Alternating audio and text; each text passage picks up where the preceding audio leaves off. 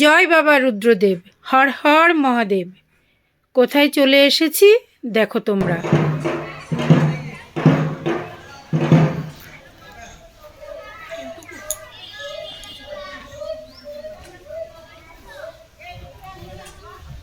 তো দেখতেই পাচ্ছ তো, এপাশে দুটো মন্দির চূড়াগুলো, আর একদম আমার পিছনে ঠিক আমার রুদ্র বাবা বসে আছে। তো চলো যাওয়া যাক, যতটা পারি তোমাদেরকে দেখানোর চেষ্টা তো করবোই। এসে গেছি যখন মুর্শিদাবাদের কান্দিতে, তো এখানকার বাবাকে দেখে যাব না সেটা তো হয় না। আর আমি দেখবো মানে এখন তোমরা যারা আমার ভিডিওটা দেখছো তোমরা প্রত্যেকেই দর্শন করবে বাবাকে। তো চলো আসো।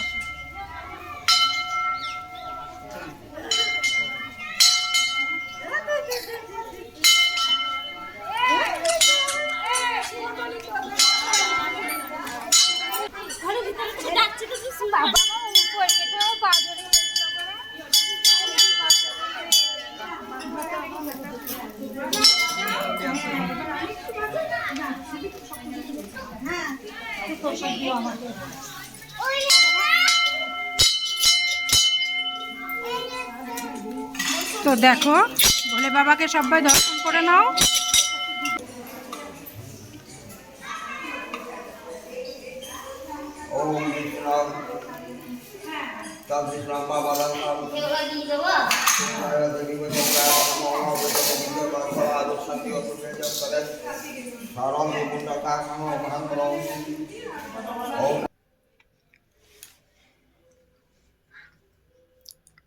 বাবার অপার করুণায়, বাবার আশীর্বাদে আমি এমন একটা সময় এসেছি যে বাবাকে পুজোও দিতে পেরেছি, বাবার প্রসাদও নিতে পেরেছি, সুন্দরভাবে বাবার দর্শনও করলাম। এখানে এসে এত ভালো লাগলো, মনটা প্রশান্তিতে ভরে গেল। তবে মূর্তিটা সাধারণত যেমন আমরা শিবলিঙ্গ অথবা শিবমূর্তি দেখি তেমনটাই নয়, অনেকটা আমি যেটা দেখলাম আমাদের বুদ্ধদেবের মূর্তির মতো। হয়তো ওনাকেই রুদ্র বাবা হিসাবে পুজো করা হয়।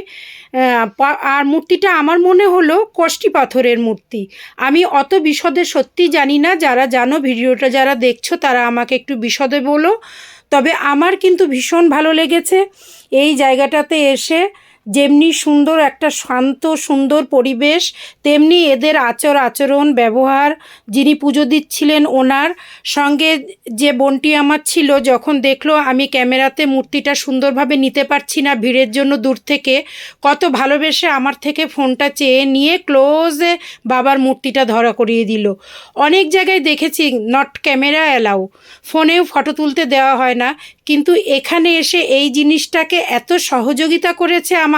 সত্যি আমার খুব ভালো লেগেছে এদের ব্যবহার। পরবর্তী কোনো ভিডিওতে আবার দেখা হবে তোমাদের সাথে।